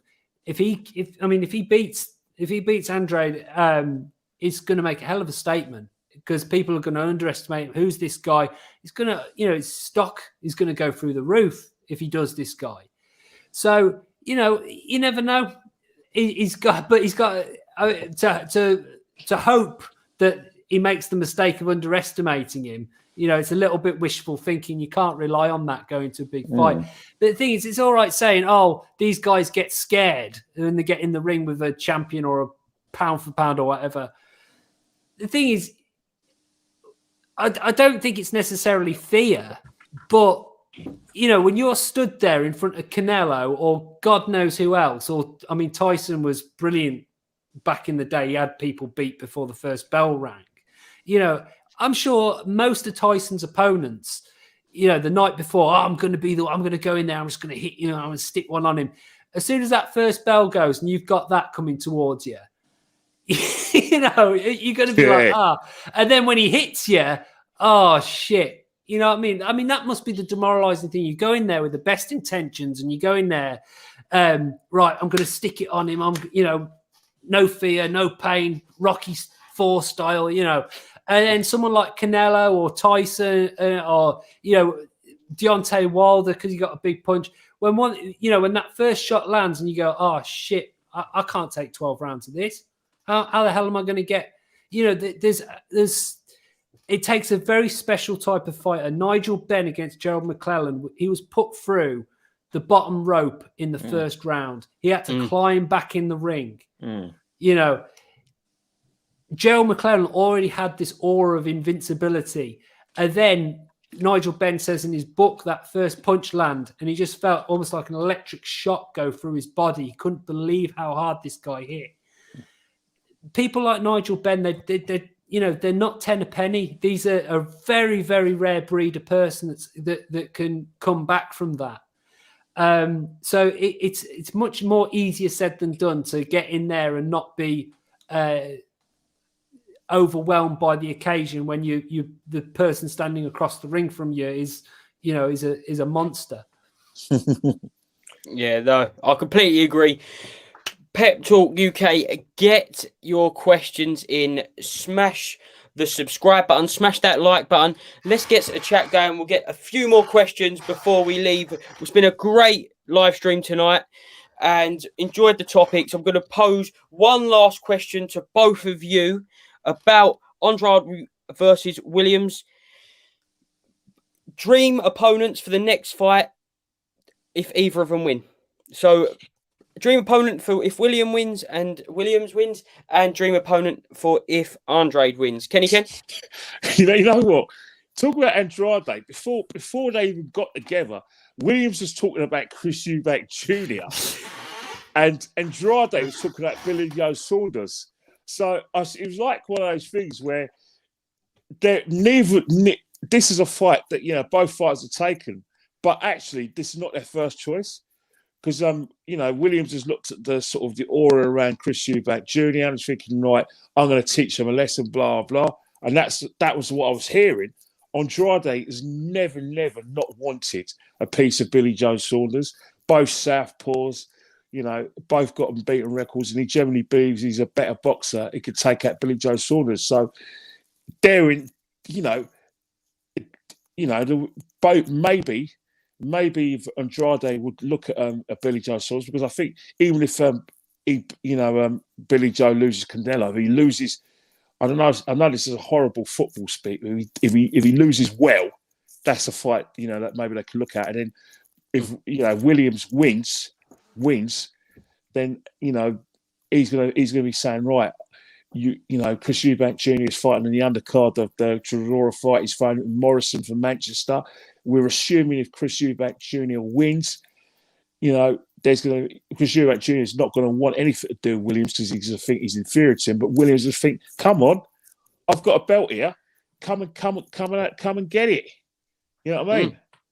So that is, and then Chris Eubank Jr. think, well, hang on it, fellow Brit. I think I'm a better fighter than him. I'm quicker than him, and I could go through the trenches with him. All right, he's probably a bit, why not? So it's all to play for, in terms of the future fights. But both have to win. Agreed. And Benji, future fights. Who would you like to see Andrade or Williams in with? I'd love to see Williams in with Eubank Jr. I think that'd be a cracking fight. Brilliant! I'd love to see that. Because it's just styles. It's styles. I just think that one of the sticking points is going to be weight, because Chris Eubank Jr. seems to be more of a super middleweight these days than a middleweight. So I think there could be a couple of issues there, and I would say that Eubank Jr. would probably have a bit of an advantage if it was at super middle, because I don't think Williams is particularly big at middle. As for Andrade, Charlo, I'm not necessarily into the Andrade Billy Joe Saunders fight, because I think the styles, I don't think it'd be that interesting a fight. I think it would have 12 rounder written all over it, and it'd be a bit of a cagey chess match. But maybe Demetrius will get a shot at Canelo if he does a good job on Williams. But yeah, I'd like to see him in with someone with a bit more of an aggressive style rather than just doing a chess match. Obviously, he's had a bit of beef with Charlo. I like the way Charlo can box, and he's got a bit of power, and he's a bit more aggressive. So I think that would be a more interesting fight, to be honest, than Billy Joe. Yeah, no, definitely. It's a fight I'm really looking forward to. Saturday night on the Zone in Florida. And to finish off, we'll answer some of these questions. Fight or flight. Why has the coverage for Canelo Billy Joe been so minimal? First big show with crowd since the end of lockdown. Has Canelo, hashtag whatever that is, but can you why? Why is this fight minimal? Because simple reason. Well, simple reason is that, with all due respect, Canelo's fought Brits, and it hasn't been impressive. He's fought Rocky Fielding, less said about that, better. And then he's fought Callum Smith, who didn't show up. And, Billy Joe Saunders is talking a good game, but, it's not enough for, Billy Joe Saunders to be Tyson Fury's good mate for it to get any interest. People, in the Mexican communities and the American communities just think, that's another limey who he's going to beat easily. That's how they're looking at it. Billy Joe Saunders doesn't really exactly put bums on seats here. So he's always going to be like the B side or B minus side out in America. So that's why it's not getting fit. But again, it's just like what I said earlier. All it takes is for a couple of tweets from Canelo and his team on fighting Billy Joe Saunders on this day, and half of Mexico is going to see it. Well, probably all of Mexico is going to see it. So, I mean, how much does it really need? Because let's face it, Canelo over in Mexico and America is like our AJ here. I don't think it necessarily needs that much. But I think here, Billy Joe Saunders was basically a Tyson Fury about 5 or 6 years ago, where Tyson Fury, basically Colin Hart was saying that Tyson Fury had just more verbal sewage from Tyson Fury. And I think what we got here is that we got Billy Joe Saunders, fast forward 6 years later, he's not particularly liked by the British public. His antics and general childishness. And then not only is he a childish man, he actually has the audacity to film his bad behaviour. And there's a likability factor that Billy Joe just doesn't have here, especially with the casuals. The boxing people think, yeah, great, we'll watch it, but the casuals think, nah, not having him. You know what I mean? He's antics. I can certainly see where you're coming from there, Kenny Ken. Like, for me personally, I can't wait for that fight. I'll be up all night and I'll be on, and I'll probably be up 2 nights for, because I love that fight. But it is a hard sell for, if you're not Mexican and if you're not a hardcore British boxing fan, then it would be hard. It would be hard. But here we have Richard Frederick. Guys, what's your thoughts on Conor Benn fight Khan or Porter? We've touched on Khan, but what about Conor Benn versus Porter? Go back to just scroll back about an hour and 20, hour and 30, and you're Richard. Thank you very much for your comment, Richard Frederick. You're a great bloke and everything. We've all kind of already answered that though. If Kenny wants to add, he can. Don't go near Porter. Porter will batter him. Porter is still at a high level. Yes, we're talking about, Kell Brook took the title for him nearly 7 years ago. Still getting in big fights. Still got the experience. Still world level. Championship fighter. Sorry, Conor Benn, that is well too early for you, mate. Learn your trade before you even get in the ring with Porter. There's no point with Porter anyway. And the other thing is, Conor Benn's like early 20s. There's no need to rush or anything. You know? And the thing is, Porter, he's a bit dodgy with the head. Why? You don't want to be taking scar tissue at this early stage of your career. So the Khan fight. I think the Khan fight would be much better than the Porter one. Yeah, no. And Tom Lyons definitely agrees with us. I like this question from Matthew De Souza. Will we see Buatsi fight for a world title or have a major fight anytime soon? Kenny Ken, you're nodding? Well, that is a $1 million question, because you look at all their light heavyweights and, we've always talked, for me, I've always thought Buatsi anti-Yard, and that would be a really good fight. Then Lyndon Arthur came and spoiled everything, and I'm glad he did. and that jabbed anti-Yard. So in terms of all those fights, I think what they're doing with Buatsi is that they're trying to build him up slowly, but also trying to sell him to the public as well, because he's just too nice.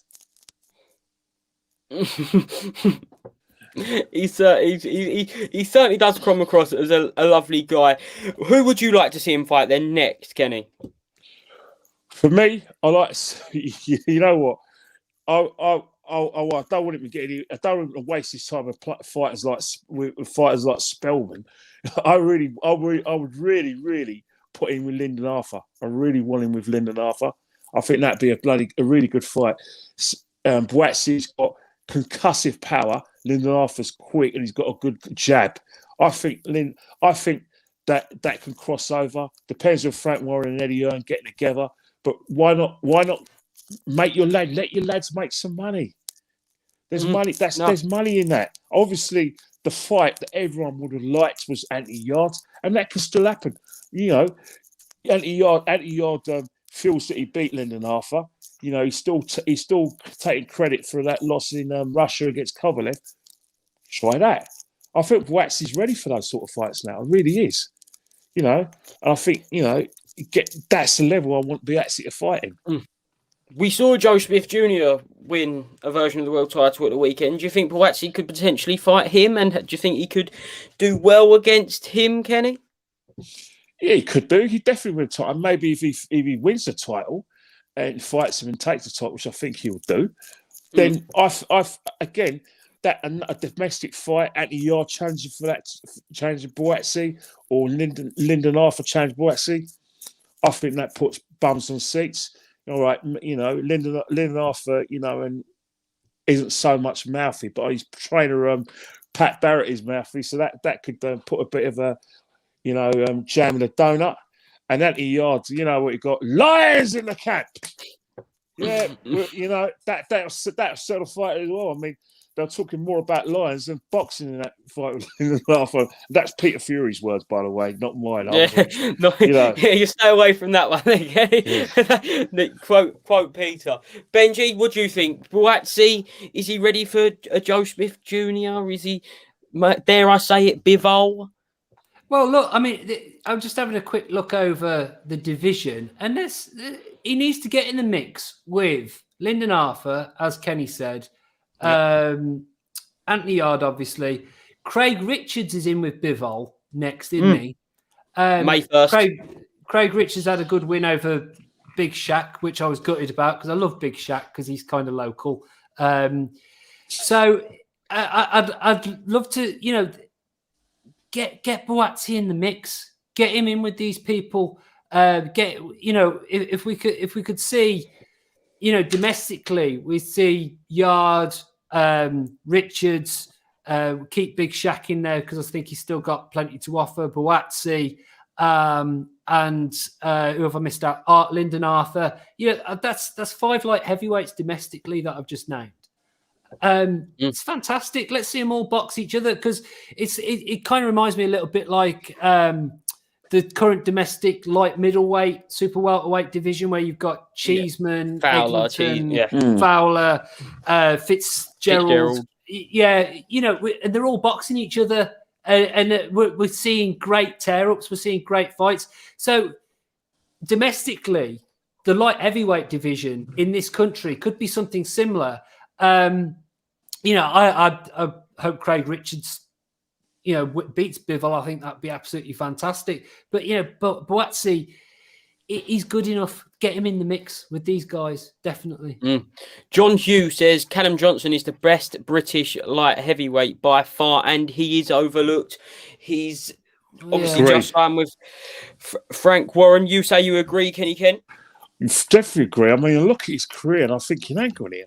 This guy's got a lot, and I actually apologise, to his fans for overlooking him because, but it just shows the lack of fight, activity he's had in this last year, and the attention as well. Where, my attention's always gone on, Lyndon Arthur. I'm a massive fan of, and Anthony Yardo, I think needs a bit of work, needs to concentrate on his. His fundamentals are good, but I just think that his preparation for fights is not to my liking. And then you've got Conor. That's another big fight that Joshua can have. He's a good fighter, Callum Johnson, brilliant. He's got a lot, but maybe how is he? 30? How old is he now? About what's his? He's getting on. I think he might even be 36.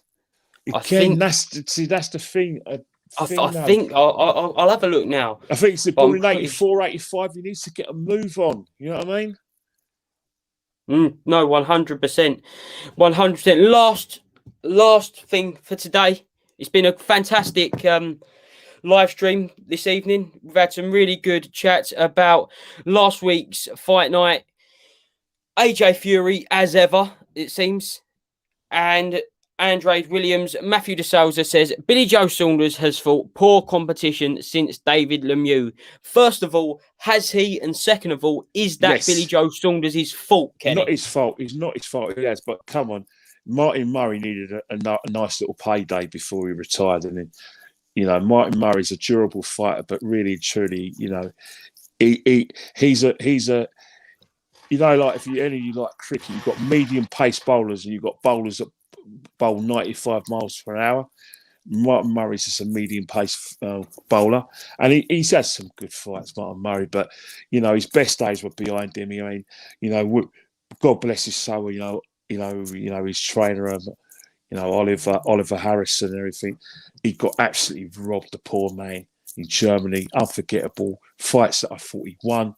He got robbed, but Billy Joe Saunders, that was just a warm-up fight for him. But again, no one really wants to fight Billy Joe Saunders for the simple reason is that he's just like a Rubik's Cube, a maths exam, where you just don't know the answer to. I wouldn't want to fight Billy Joe Saunders, especially because it'll be just exhausting not being able to hit him.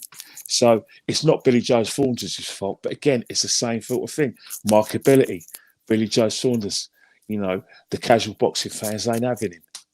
Yeah, I completely agree. Do you want to say one last word on that? I mean, I disagree slightly because boxers. We touched on this last week. You got to take control of your own career, and you are responsible for your own career. And his inactivity. He's always he finds time to make silly videos and do stupid shit online. Just you know what I mean. So I okay, there's a lot of politics in boxing. I appreciate that.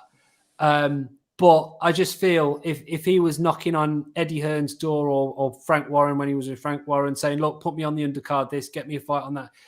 I just think there's more to it. You know what I mean? I don't know, maybe Billy Joe Saunders is the easiest guy to make a fight for on the planet. Maybe he's a really difficult person behind the scenes. I have no idea. But I think he's hugely talented, but I don't think he has realised the potential that he could have had. Yeah, no, too much fantastic words. Great words to finish this great live stream Monday night. Pep Talk UK, it's where it's at. Benji, where can people find you? Usually moping around Twitter at the Benji Live, and I am going to be. I've been saying this for the last couple of weeks. I am going to be doing more YouTube videos on my YouTube channel, and what is definitely happening this year, live. Sorry, not live. Let me try that again. Definitely happening this year. Benji's studio chat show will definitely be happening. And I hope to have all you guys come up to Birmingham at some point and be a guest in my studio on my new show, which is probably going to start sometime after summer. It's going to have boxers on it. We're going to have coaches on it. We're going to have triathletes on it. We're going to have ex-military people I've got lined up to speak to. It's going to be mad shit, but I'm really happy because we've finally got the wheels in motion for that. Anyway, I'll shut the fuck up now. It's been an absolute pleasure. By the way, gentlemen, thanks for having me once again. Thank you. Kenny Ken, where can people find you? Right, Instagram and Twitter as well, the same at KennyKen1972. And one more thing before we go. Remember, next week's show with everyone, it's Felix Cash against Denzel Brentley. The Great fight. Great fight. You know what? Don't have to promote it. They promote themselves.